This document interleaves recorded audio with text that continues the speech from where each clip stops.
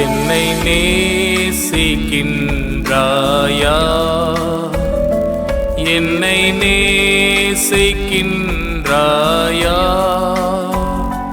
கல்வாரி காட்சியை கண்ட பின்னும் நேசியாமல் இருப்பாயா.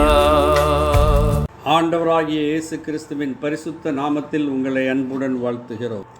பரிசுத்த வேதாகமத்தில் அப்போஸ்தலனாகிய யோவான் எழுதின சுவிசேஷம் 11ஆம் அதிகாரம் 5ஆம் வசனத்தில் இயேசு மார்த்தாளிடத்திலும் அவளுடைய சகோதரியினிடத்திலும் லாசருவினிடத்திலும் அன்பாயிருந்தார் என்று வாசிக்கிறோம். ஆண்டவராகிய இயேசு கிறிஸ்து அந்த குடும்பத்தின் மீது அன்பாயிருந்தார் என்பதை பரிசுத்த ஆவியானவர் மூலமாக யோவான் எழுதும்போது ஒவ்வொருவரையும் தனித்தனியாக குறிப்பிட்டு எழுதுகிறதை பார்க்கிறோம். மார்த்தாளிடத்திலும் அவளுடைய சகோதரியினிடத்திலும் லாசருவினிடத்திலும் என்று தனிப்பட்ட முறையிலே ஒவ்வொருவர் மீதும் அவர் அன்பாயிருந்தார் என்பதை நாம் வாசிக்கிறோம். ஆண்டவராகிய இயேசு கிறிஸ்து அதே போல நம் ஒவ்வொருவர் மீதும் அவர் அன்பு வைத்திருக்கிறார். அவருடைய அன்பை கல்வாரி சிலுவையிலே நாம் பார்க்க முடியும். பிதாவாகிய தேவன் ஆண்டவராகிய இயேசு கிறிஸ்துவை நம்மீது அன்பு வைத்தபடியினாலே இந்த உலகத்திற்கு அனுப்பினார்.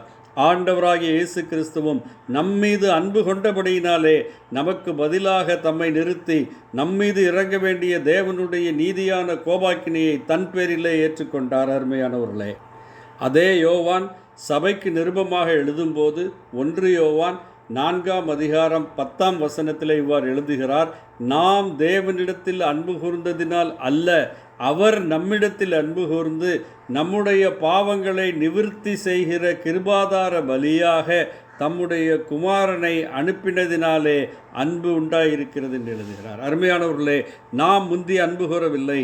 நாம் தேவனை விட்டு தூரமாக இருந்தோம். நாம் சத்துருவாகிய சாத்தானுக்கு கீழ்ப்படிந்து அவன் போட்ட பாவ வலையிலே விழுந்து கண்ணியிலே விழுந்து சிக்கிக்கொண்டு பாவத்தின் அடிமைத்தனத்திலே இருந்தோம். அந்த சூழ்நிலையிலே தேவன் நம்மீது அன்பு வைத்தார் என்று சொல்லி இந்த வசனம் சொல்லுகிறது. அருமையானவர்களே, அன்பு கொண்டதினாலே அவர் கல்வாரி சிலுவையிலே தம்மைத்தாமே ஒப்பு கொடுத்தார். அப்போஸ்தலனாகிய பவுல் எபிரேயருக்கு எழுதின நிருபம் 2ஆம் அதிகாரம் 9ஆம் வசனத்திலே, என்றாலும் தேவனுடைய கிருபையினால் ஒவ்வொருவருக்காகவும் மரணத்தை ருசி பார்க்கும்படிக்கு தேவதூதரிலும் சற்று சிறியவராக்கப்பட்டிருந்த இயேசு என்று எழுதுகிறார்.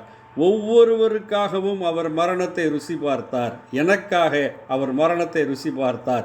என்னுடைய பாவங்களுக்காக அவர் மரணத்தை ருசி பார்த்தார். என்னுடைய பாவங்களுக்காக அவர் சிலுவையிலே அடிக்கப்பட்டார், மரணமடைந்தார், மீண்டும் 3ஆம் நாள் உயிர்த்தெழுந்தார். இதை விசுவாசிக்கிற ஒவ்வொருவருக்கும், எனக்காகத்தான் இந்த சிலுவை மரணம் என்று நம்பி ஏற்றுக்கொள்ளுகிற ஒவ்வொருவருக்கும் பாவ மன்னிப்பை, ரட்சிப்பை அருளி செய்யக்கூடிய ஒரு கிருபாதார பலியாக இருக்கிறார்.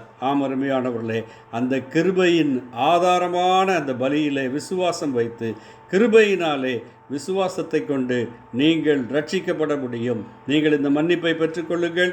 உங்களுடைய மனம் திரும்பி உங்களுடைய பாவங்கள் வழிகளை விட்டு தேவனிடத்தில் நீங்கள் திரும்பி வரும்போது அவர் உங்களை மன்னித்து உங்களுக்கு சமாதானத்தையும் சந்தோஷத்தையும் நித்திய ஜீவனையும் அருளி செய்வார். ஆமேன். நன்றி.